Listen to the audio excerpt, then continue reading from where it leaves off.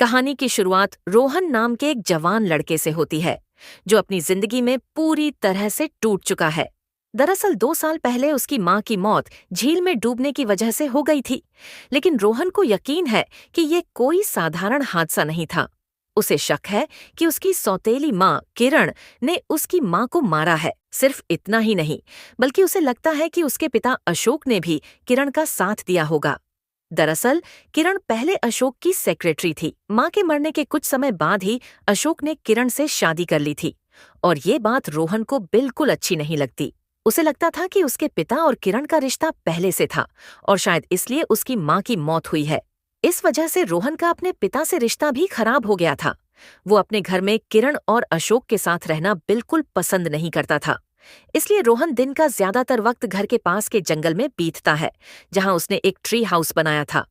ये tree house उसका गुप्त ठिकाना था।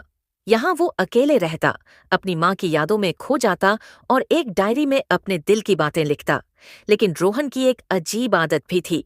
वो जंगल में आने जाने वाले लोगों पर दूरबीन से नजर रखता था और उनकी हरकतें अपनी डायरी में नोट कर लेता था। उसे ये सब करने में मजा आने लगा था। वो लोगों की छोटी मोटी बातें, जैसे वो क्या करते हैं, कहाँ जाते हैं, सब कुछ लिखता। एक दिन किरण को रोहन की डायरी मिल जाती है। वो उसमें लिखी हर बात पढ़ लेती है। डायरी में रोहन ने जंगल में लोगों की जासूसी की बातें लिखी थीं, लेकिन एक और चौंकाने वाली चीज थी। रोहन ने किरण की खूबसूरती की तारीफ भी की थी। ये पढ़कर किरण को एक मौका दिखता है। वो चुपके से रोहन के ट्री हाउस में जाती है और उसे बहकाने की कोशिश करती है। रोहन, जो पहले से अकेला और परेशान था, खुद को रोक नहीं पाता। दोनों के बीच नजदीकियां बढ़ जाती हैं, लेकिन ये नजदीकियां रोहन के लिए मुसीबत बन जाती है।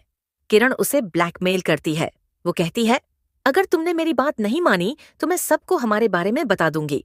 किरण नहीं चाहती थी कि रोहन अपने पिता को उसके खिलाफ भड़काए या उनके रिश्ते में दरार डाले। इसलिए वो रोहन को जबरदस्ती एक दूसरे शहर भेज देती है। रोहन अब अकेला एक अनजान शहर में पहुंच जाता है। उसके पास न खाने को कुछ है, न रहने की जगह और न ही एक पैसा। रात को उसे भूखे पेट एक इमारत की छत पर सोना पड़ता है। लेकिन अगली सुबह उसकी जिंदगी में एक नई किरण आती है। सड़क पर उसे एक औरत दिखती है जिसका नाम है सपना। सपना का चेहरा रोहन की मरी हुई माँ से इतना मिलता जुलता है कि रोहन एक पल को सोचता है, क्या ये मेरी माँ है? वो सपना का पीछा करता है और देखता है कि वो एक होटल में जाती है। रोहन भी उसके पीछे होटल में चला जाता है। होटल में उसे पता चलता है कि सपना वहाँ की मैनेजर है। रोहन, जिसे पैसे और काम की सख्त जरूरत थी, सपना के पास जाता है और पूछता है, मैम, क्या यहाँ कोई काम मिल सकता है? सपना उससे कुछ सवाल करती है और फिर उसे होटल की किचन में काम दे देती है। रोहन को ये काम बहुत पसंद आता है। वो मेहनत से हर काम करता है और धीरे धीरे उसे इस नए काम में मजा आने लगता है। लेकिन रोहन की पुरानी आदत, लोगों पर नजर रखने की, वो अभी भी नहीं छूटी। वो काम के बाद सपना का पीछा करता है। वो देखता है कि सपना कहाँ जाती है, क्या करती है, और यहाँ तक कि उसका घर भी ढूंढ लेता है, क्योंकि सपना उसे बहुत अच्छी लगने लगी थी और उसका चेहरा उसे अपनी माँ की याद दिलाता था। एक दिन जब सपना काम पर नहीं होती, रोहन चुपके से उसके घर में घुस जाता है। वो खिड़की से बाहर देखता है और सामने एक क्लॉक टावर दिखता है। उसे लगता है कि क्लॉक टावर से सपना का घर अच्छे से दिखेगा, और संयोग से वो क्लॉक टावर उसी होटल के पास है जहां रोहन काम करता है। तभी सपना घर में आ जाती है और रोहन जल्दी से खिड़की से छत पर चढ़ जाता है। वहां से वो सपना की छत पर लगे शीशे से उस पर नजर रखने लगता है, और अब रोहन और चालाक हो जाता है। वो होटल के छोटे से कमरे को छोड़ देता है और क्लॉक टावर में अपना ठिकाना बना लेता है। वहां से वो दूरबीन की मदद से सपना के हर पल पर नजर रखता है। वो उसे काम करते हुए, डांस करते हुए, सब कुछ देखता है। लेकिन एक दिन कुछ ऐसा होता है जो रोहन को हिलाकर रख देता है। रोहन क्लॉक टावर से सपना के घर को देख रहा होता है। तभी वो देखता है कि सपना के घर में होटल का एक सीनियर स्टाफ, विकास, आया है। दोनों हंसते खेलते हैं और मस्ती करते हैं। रोहन को ये देखकर अच्छा नहीं लगता। अगले दिन जब वो क्लॉक टावर की सीढ़ियों से जा रहा होता है, विकास उसे रोक लेता है। वो गुस्से में कहता है, ऊपर सिर्फ सीनियर स्टाफ जा सकता है, तुम वहां क्या कर रहे हो? रोहन चुप रहता है, लेकिन उसका शक और गहरा हो जाता है। एक रात रोहन फिर सपना की छत पर होता है। वो खिड़की से देखता है कि सपना विकास के साथ है।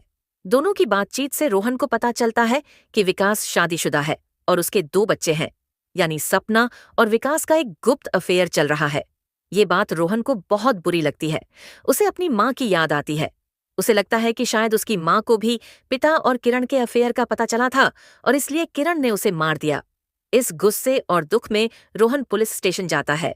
वो किरण पर अपनी माँ की हत्या का इल्जाम लगाता है और कहता है कि उसके पिता अशोक भी किरण का साथ दे रहे हैं।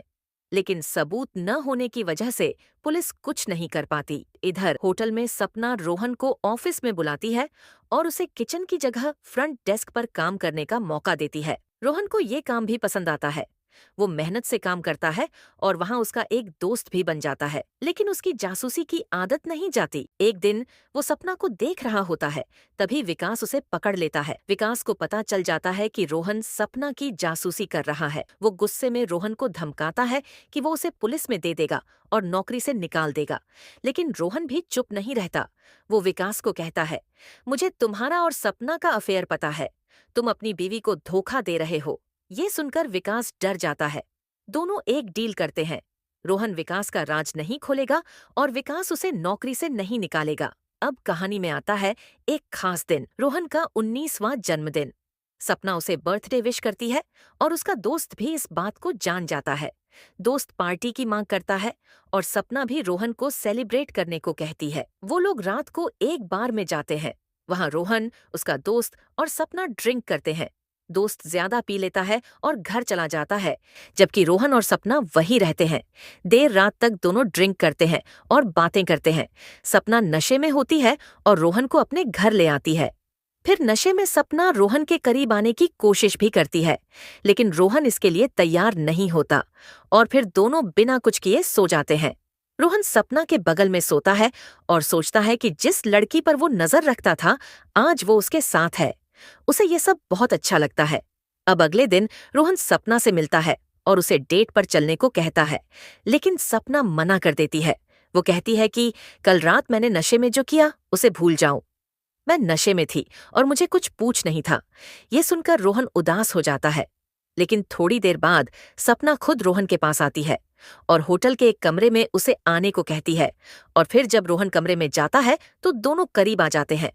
अब रोहन को सपना के साथ वक्त बिताना अच्छा लगने लगता है और इससे सपना भी खुश होती है। लेकिन कहानी यहाँ शांत नहीं रहती।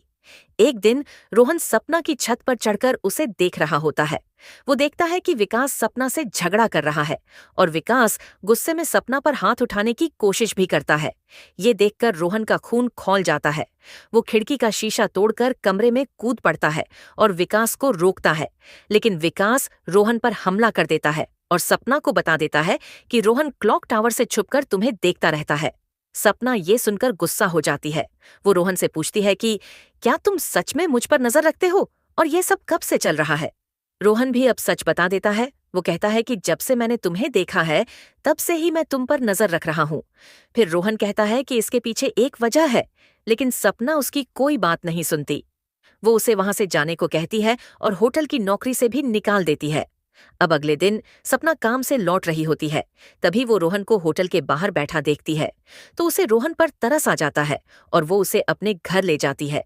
फिर वहां वो रोहन से पूछती है कि आखिर तुम मुझ पर नजर क्यों रख रहे थे? तब रोहन अपनी पूरी कहानी बताने लग जाता है। वो बताता है कि उसकी माँ की 2 साल पहले मौत हो गई थी, जिससे वो टूट गया था। वो अपनी माँ से बहुत प्यार करता था और उनकी मौत को कभी भूल नहीं पाया। वो कहता है, मेरे पिता ने माँ के मरने के बाद किरण से शादी कर ली। मुझे किरण से नफरत थी, इसलिए मैं जंगल के ट्री हाउस में रहने लगा। वहां मैं लोगों पर नजर रखने लगा और फिर ये मेरी आदत बन गई। लेकिन जब मैं इस शहर में आया और तुम्हें देखा तो तुम्हें देखकर मुझे मेरी माँ की याद आ गई, क्योंकि तुम्हारा चेहरा मेरी माँ से मिलता जुलता है, इसलिए मैं तुम पर नजर रखने लगा था। ये सुनकर सपना को रोहन के लिए बहुत बुरा लगता है। वो रोहन की माँ की एक ड्रेस पहनती है जो रोहन अपने साथ लाया था। जब रोहन उसे उस ड्रेस में देखता है तो वो अपनी माँ को याद करके रोने लगता है। ये देखकर सपना उसे गले लगाकर संभालती है और हिम्मत देती है। अगले दिन रोहन को पता चलता है कि उसके पिता अशोक और किरण उसे मिलने आए हैं। पुलिस स्टेशन से उन्हें रोहन का पता मिला था, क्योंकि रोहन ने किरण के खिलाफ माँ की हत्या का केस दर्ज किया था। लेकिन सबूत न होने की वजह से केस आगे नहीं बढ़ा पाया था। अशोक रोहन को बताते हैं कि उन्होंने बहुत कर्ज लिया है और उन्हें अब कुछ जमीन बेचनी पड़ेगी जो रोहन की मां ने उसके नाम की थी। वो रोहन से वसीयत पर साइन करने को कहते हैं। लेकिन रोहन को डर है कि इसके पीछे किरण का हाथ है। वो साइन करने से मना कर देता है। इसके बाद किरण उसे बुरा भला कहती है और फिर दोनों वहां से चले जाते हैं। फिर रात में रोहन को किरण की बातें याद आती हैं।